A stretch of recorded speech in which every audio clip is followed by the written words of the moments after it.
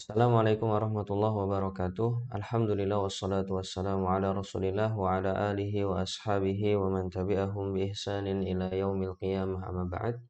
Teman-teman semua, pada kesempatan ini insyaallah kita akan belajar eh, dari kitab Min Ajaibid Du'a, keajaiban-keajaiban doa. Dan kita sudah di pertemuan kedua dari kitab ini. Insyaallah pada kesempatan ini kita akan membahas tentang fadail ad-du'a, tentang fadail ad-du'a, keutamaan-keutamaan doa, dan ada 9 dalil yang disebutkan di sini. Insyaallah akan kita baca dan akan kita sebutkan apa hubungan dalil ini dengan keutamaan doa. Dan sebelum kita memulai, kita berlindung kepada Allah Subhanahu wa taala dari ilmu yang tidak bermanfaat, dari hati yang tidak pernah khusyuk, dari jiwa yang tidak pernah puas, dan dari doa yang tidak terijabah. Ini kita memohon 3 hal kepada Allah Subhanahu wa taala. Apabila Allah ingin menambah ilmu untuk kita memohon agar ditambahkan ilmu bermanfaat saja. Kemudian yang kedua, kita memohon agar setiap ilmu yang sudah kita miliki bisa kita amalkan. Semoga Allah memudahkan kita untuk mengamalkannya. Kemudian yang ketiga, kita memohon tambahan ilmu kepada Allah Subhanahu wa taala. Baik, kita akan membahas tentang fadail ad-du'a, keutamaan-keutamaan doa.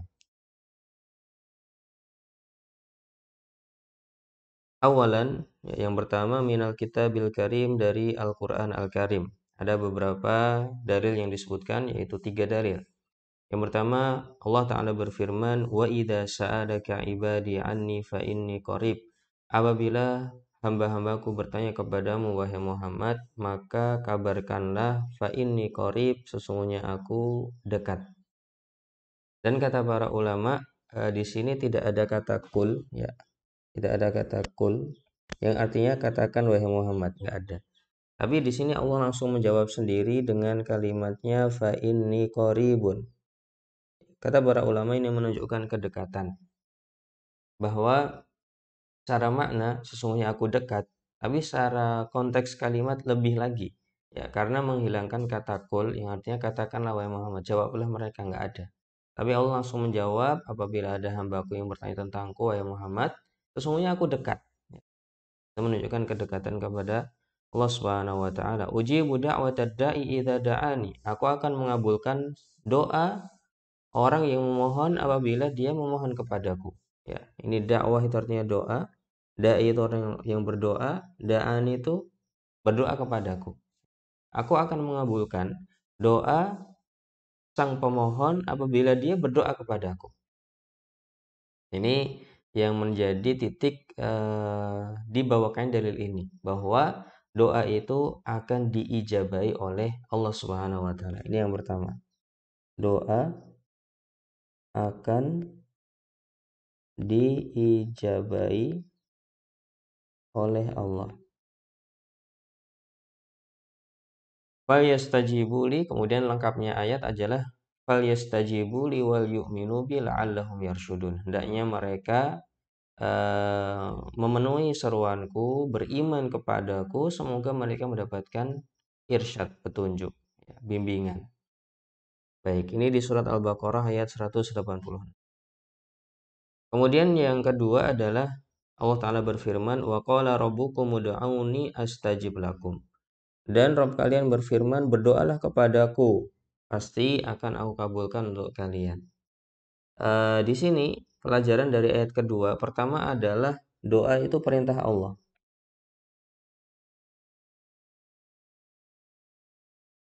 Ya, doa itu adalah perintah Allah. Artinya apa? Artinya ketika kita berdoa kepada Allah Subhanahu wa taala dengan permohonan dunia, misalkan ingin mendapatkan rezeki yang banyak, ingin mendapatkan rumah yang lapang, ingin mendapatkan suami atau istri yang baik, ingin mendapatkan anak-anak yang soleh-solehah, ingin mendapatkan kelapangan dalam kehidupan dunia, kehidupan yang baik. Kemudian saat kita ingin masuk dalam surga, berlindung dari neraka, ya, selamat dan nyaman ketika hari kiamat tiba. Seluruh permohonan itu adalah masuk dalam perintah Allah Subhanahu wa taala. Meskipun itu untuk kebaikan diri kita sendiri. Ya. Maka saat kita memohon kepada Allah Subhanahu wa taala, baik permohonan dunia maupun akhirat, untuk diri kita maupun untuk orang lain, maka hadirkan dalam hati bahwa kita sedang melaksanakan perintah Allah Subhanahu wa taala. Jangan hanya sekedar ingin mendapatkan apa yang kita doakan, tapi kita sedang ingin melaksanakan perintah Allah Subhanahu wa taala untuk berdoa. Ini yang pertama dari ayat kedua. Kemudian yang kedua adalah astajib lakum. Allah akan kabulkan. Allah akan kabulkan. Ini keutamaan doa, bahwa doa itu pasti akan dikabulkan oleh Allah Subhanahu wa taala. Tentunya apabila memenuhi syarat-syaratnya, dan akan kita bahas di kesempatan berikutnya tentang syarat-syarat serta adab-adab doa tersebut. Baik, kemudian ayat ketiga adalah Allah Ta'ala berfirman, Uda'u rabbakum tadarru'an wa khufyah. Berdoalah kepada Rabb kalian dengan tadarru' dan khufyah. Ya, rendah hati, kemudian suaranya rendah, tidak terlalu tinggi.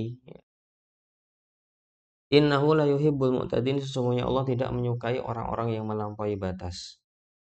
Wala tufsidu fil ardi ba'da islahiha. Dan jangan kalian membuat kerusakan di muka bumi setelah Allah memperbaikinya.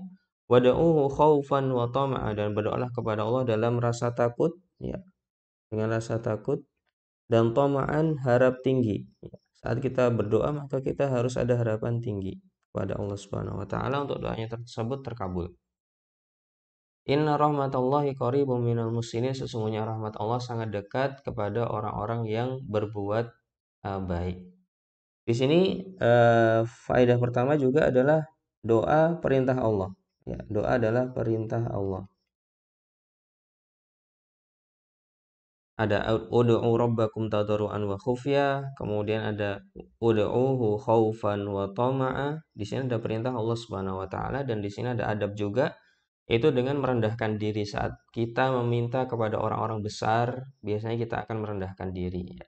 Bahkan kita ada keperluan dengan Pak Menteri, Pak Presiden, gak mungkin kita ngomongnya akan sembarangan. Adab kita juga sembarangan, gak mungkin. Ya. Begitu juga kepada Allah Subhanahu wa taala, merendahlah, ya, merendahlah ketika meminta kepada Allah. Wa khufiyah, suaranya yang baik, jangan terlalu tinggi, ya. Kecuali di tempat-tempat yang memang disyariatkan untuk tinggi seperti di khutbah Jumat atau yang lainnya. Kata para ulama bahwa mengeraskan suara itu makruh kecuali di tempat-tempat yang disunahkan untuk mengeraskan suara. Kemudian khaufan, di sini ada rasa takut dari Allah Subhanahu wa taala, kemudian rasa takut doanya tidak terkabul, ada hal-hal tersebut. Toma'an itu harapan tinggi, dalam artian kita sangat butuh kepada apa yang kita minta. Sama seperti kita minta kepada orang-orang besar, ya, kita pasti permintaan yang kita mohonkan itu pengen sekali terkabulkan. Maka itu bagaimana cara kita mengibaratkan kalimatnya, bagaimana cara kita ngobrolnya, bagaimana kita menyampaikannya, dipilih kalimat-kalimatnya. Itu. Baik, ini keutamaan di ayat ketiga. Baik, kemudian sekarang kita masuk ke yang kedua, yaitu minas sunnatin nabawiyah. Keutamaan-keutamaan doa dari hadis Nabi Shallallahu Alaihi Wasallam. Yang pertama di sini dari Abu Hurairah radhiyallahu anhu, dari Nabi Shallallahu Alaihi Wasallam, beliau bersabda, "Laisa syai'un akrama 'ala Allahi minad du'a." Tidak ada sesuatu yang lebih mulia di sisi Allah Subhanahu wa taala daripada doa. Berarti di sini menunjukkan bahwasanya doa itu mulia, ya. Doa itu mulia di sisi Allah. Bahkan paling mulia, ya. Bahkan paling mulia. Karena laisa syai'un, jadi ada peniadaan, kemudian di sini ada isim tafdil. Tidak ada sesuatu yang paling mulia di sisi Allah daripada doa. Artinya ini termasuk amalan-amalan yang paling mulia. Baik, kemudian yang kedua dari Abu Hurairah radhiyallahu anhu, Rasulullah shallallahu alaihi wasallam bersabda, "Man lam yas'alillaha yaghdab alaihi." Barang siapa yang tidak meminta kepada Allah, maka Allah akan murka kepadanya. Berarti di sini ada keutamaan doa, ya. Orang yang tidak berdoa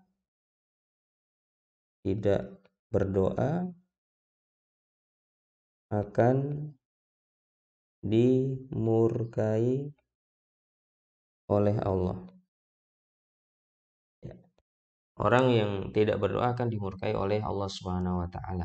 Maka kita perlu memperbanyak doa dalam setiap aktivitas kita, ya.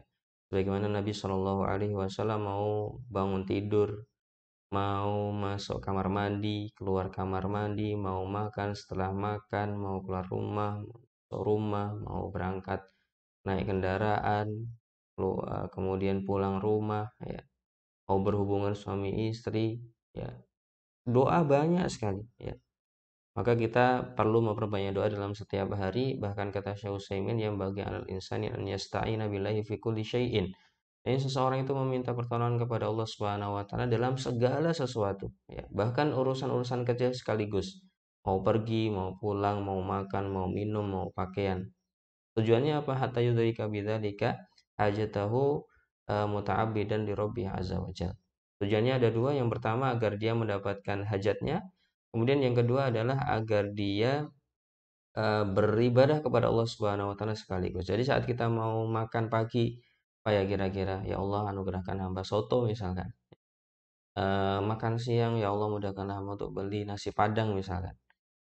Itu sedang beribadah kepada Allah Subhanahu wa taala dalam doa tersebut. Ya Allah mudahkanlah hamba dalam belajar. Ya Allah mudahkanlah hamba eh, dalam melakukan pekerjaan hari ini dan semisalnya. Itu sesuatu yang sangat bagus sekali. Agar kita tidak termasuk orang yang dimurkai oleh Allah Subhanahu wa taala. Baik, kemudian yang ketiga adalah dari Abu Sa'id Al-Khudri radhiyallahu anhu bahwasanya Nabi Shallallahu alaihi wasallam bersabda, "Ma min muslimin yad'ullaha bida'watin laisa fiha ithmun wala qati'atu rahimin illa a'tahu Allahu biha ihda thalath." Tidak ada seorang muslim pun yang berdoa kepada Allah Subhanahu wa taala dengan sebuah doa yang pada doanya tersebut tidak ada dosa, tidak ada pemutusan silaturahim, ya, tidak ada dosa, tidak ada pemutusan silaturahim, kecuali pasti Allah akan memberikan salah satu dari tiga kemungkinan. Satu dari tiga kemungkinan ini. Yang pertama apa? Imma an tu'ajjala lahu da'watuhu. Yang pertama doanya kemungkinan akan segera diberikan. Apabila itu memang bagus untuknya pasti akan segera diberikan. Wa imma an yuddakhara atau wa imma an yaddakhiraha lahu fil akhirah. Yang kedua kemungkinan Allah akan menyimpankannya di akhirat sebagai pahala. Karena tadi berdoa banyak sekali pahalanya. Perintah Allah beribadah kepada Allah Subhanahu wa taala. Ya, mungkin kalau kalau disegerakan dia akan mendapatkan efek buruk atau yang semisalnya. Seperti anak-anak kita ketika meminta sesuatu yang berbahaya, kadang kita sebagai orang tua tidak memberikannya, ya. Minta sesuatu yang panas, minta sesuatu yang pedas, ya. Kita makan, ya. Kita punya anak 1 tahun, 2 tahun, kadang nggak ngerti apa itu pedas, nggak ngerti apa itu panas, ya. Nggak ngerti apa itu pisau, ya. Kalau anak kita minta sesuatu yang berbahaya, pasti kita sebagai orang tua yang sangat cinta kepadanya nggak akan memberikan hal-hal berbahaya tersebut. Mungkin akan besok kalau sudah besar lah, misalkan mau minum es krim atau minta es krim. Besok ya kalau sudah besar ya, ya. Kalau sudah SD, besok kalau sudah SMP. Kalau SMP, besok kalau sudah SMA. Kenapa? Karena menurut kita itu sesuatu yang tidak baik untuknya. Sama dengan Allah Subhanahu wa taala di sini, dan Allah lahu masalul a'la, lebih utama lagi kasih sayangnya kepada hambanya, ya. Jadi ketika disimpankan di akhirat itu bukan berarti Allah nggak sesuai keinginan kita, tapi itu adalah tanda kasih sayang Allah Subhanahu wa taala. Tapi kalau langsung diberikan bisa jadi kita akan binasa, akan sengsara selama-lamanya. Bisa jadi seperti itu. Ya, dan Allah yang lebih tahu dan Allah Maha hikmah dengan semua tindakannya. Ini kemungkinan kedua. Kemungkinan ketiga, wa imma an yasrifa anhu minasu'i mithlaha. Mungkin Allah akan selamatkan kita di dunia ini dari sesuatu yang misal dari nilai doa yang kita panjatkan. Nilai doa kita 1 M berarti kita akan diselamatkan dari mara bahaya yang nilainya 1 M kalau kita terkena musibah itu. Ini juga tanda rahmat dan karunia Allah Subhanahu wa taala kepada hambanya. Bisa jadi anak kita meminta sesuatu yang kita merasa itu berbahaya untuknya, terkadang kita memberikan solusi. Jangan itulah, kita ganti aja ya yang apa namanya, gantinya yang lebih baik ya, gitu. Biasanya kita akan seperti itu, mengganti. Bahkan anak-anak kita sudah megang sesuatu dan itu sesuatu yang berbahaya, kadang kita carikan gantinya. Ganti-ganti ini, gantiin aja. Itu jangan, itu berbahaya. Itu rasa kasih sayang orang tua kepadanya bukan langsung apa namanya, diberikan semuanya, enggak. Tapi dipilihkan mana yang terbaik. Itu tanda kasih sayang Allah Subhanahu wa taala. segera dikabulkan, kemudian disimpankan di akhirat, kemudian yang ketiga diselamatkan dari mara bahaya yang semisal. Atau kalau lebih urut, yang pertama adalah diberikan secepat mungkin, ya apabila itu baik untuk kita. Yang kedua, diselamatkan dari mara bahaya yang semisal. Yang ketiga, disimpankan pahalanya di akhirat. Maka kata para sahabat, idan nukfir, kalau begitu kita berbanyak doa, wahai Nabi Shallallahu Alaihi Wasallam. Qala Allahu Akbar, Allahu Aksar, maka Allah akan lebih banyak lagi karunia-Nya kepada kalian. Kalau kalian lebih banyak berdoa, Allah akan lebih banyak karunia-Nya kepada kalian. Ini tentang keutamaan doa. Pasti akan dikabulkan dengan tiga kemungkinan. Berarti ini faedahnya adalah akan dikabulkan atau pasti akan dikabulkan dengan tiga kemungkinan. Ini kalau syaratnya terpenuhi, kemungkinan. Baik. Baik. Kemudian yang keempat adalah dari Salman Al-Farisi radhiyallahu anhu, Nabi Shallallahu alaihi wasallam bersabda, "Inna rabbakum tabaraka wa ta'ala hayyun karimun." Sesungguhnya Tuhan kalian Allah Subhanahu wa taala hayyun karimun, Maha pemalu, ya. Maha pemalu dan karimun pemurah. Yastahi atau yastahi min 'abdihi idza rafa'a yadayhi ilaihi an yaruddahuma sifran. Allah malu ketika ada seorang hamba yang menengadahkan kedua tangannya kepadanya, kemudian ditolak oleh Allah. Enggak, saya enggak mau beri, ya. Aku enggak mau beri kamu, ya. Itu Allah malu kepada hambanya. Allah malu dari sifat seperti itu. Allah enggak ingin seperti itu. Apabila ada seorang hamba yang meminta, maka dengan kemahamurahan Allah Subhanahu wa taala, dengan sifat malunya, pasti Allah akan memberi. Tentunya dengan tiga kemungkinan tadi. Ya, semua dalil ini harus digabungkan, ya, harus digabungkan satu dengan yang lainnya. Ya, baik. Ini menunjukkan satu keutamaan mengangkat tangan, ya, satu keutamaan mengangkat tangan. Kemudian yang kedua adalah keutamaan doa, yaitu pasti akan Allah kabulkan. Ini sesuatu yang sangat baik sekali. Kemudian yang kelima dari Ibnu Umar radhiyallahu anhuma, Nabi Shallallahu alaihi wasallam bersabda, "Ad-du'a yanfa'u mimma nazzala wa mimma lam yanzil. Alaikum ibadallahi bid-du'a." Sesungguhnya doa itu bermanfaat terhadap segala hal yang sudah terjadi maupun yang belum terjadi. Artinya apa? Doa itu bisa mendatangkan kebaikan dan menolak keburukan. Misalkan kita sudah tertimpa musibah, maka dengan doa musibah itu bisa diangkat, dihilangkan oleh Allah. Misalkan kita belum tertimpa musibah dan kita sudah berlindung kepada Allah, itu artinya kita akan dilindungi oleh Allah Subhanahu wa taala dan itu akan bermanfaat, ya. Apabila ada orang yang mengatakan, "Saya sudah berdoa kok tetap dapat musibah," maka kita katakan kalau dia nggak berdoa musibahnya lebih besar lagi, ya. Jadi maka fa'alaikum ibadallah bidoa, atas kalian untuk banyak berdoa. Dan Nabi Shallallahu alaihi wasallam doa perlindungannya sangat banyak sekali. Allahumma inni a'udzubika minal kasali, Allahumma inni a'udzubika minal hammi wal hazani. Ya Allah, aku berlindung kepadamu dari kesedihan, gundah gulana, minal kasali. Kemudian Allahumma inni a'udzubika minal hammi wal hazani wal ajazi wal kasali, dari kelemahan dan kemalasan. Kemudian dari ghalabatid daini wa qahrir rijal, ya, dari lilitan hutang dan ditindas orang, dari ma'sam wal maghram, ya, dari dosa dan lilitan hutang, kemudian dari su'il kibar, keadaan buruk di masa tua. Ya, banyak doa Nabi untuk berlindung dari sesuatu hal, ya. Dan kita perlu banyak mencontoh doa-doa Nabi Shallallahu alaihi wasallam. Baik. Berarti di sini pelajarannya adalah doa bermanfaat pada hal yang sudah terjadi atau belum terjadi. Kalau sudah terjadi berarti menghilangkan, kalau belum terjadi berarti menolak, menghindarkan. Baik, kemudian yang keenam dan ini yang terakhir dari Salman radhiyallahu anhu, Rasulullah shallallahu alaihi wasallam bersabda, "La yaruddul qada illa du'a wa la yazidu fil umuri illa bir." Tidak akan bisa menolak ketetapan Allah kecuali doa dan tidak akan menambah umur kecuali perbuatan baiknya. Baik, di sini ada pembahasan tentang tidak akan bisa menolak takdir. Dalam artian di sini banyak para ulama membahasnya apakah takdir itu yang di Lauhul Mahfuz ya atau bukan.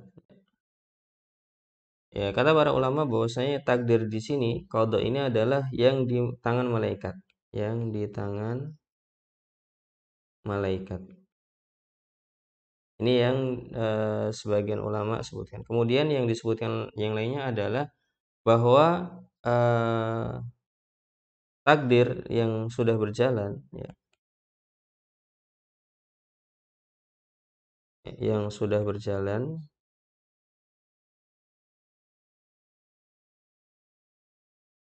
takdir yang sudah berjalan ini eh, sudah ditetapkan ya. Begitu juga doanya ya, itu juga sudah ditetapkan oleh Allah. Berarti nanti kalau hamba ini tertimpa musibah ini dia akan berdoa dan kemudian akan aku hilangkan. Akan begitu. Ya, jadi kita perlu banyak berdoa kepada Allah Subhanahu wa taala sebagaimana yang tadi kita sudah sebutkan. Semoga pembahasan ini bermanfaat. Jazakumullah khairan dan mohon maaf atas segala kekurangannya. Cukup sampai di sini. Subhanakallahumma wa bihamdika asyhadu an la ilaha illa anta astaghfiruka wa atubu ilaih. Assalamualaikum warahmatullahi wabarakatuh.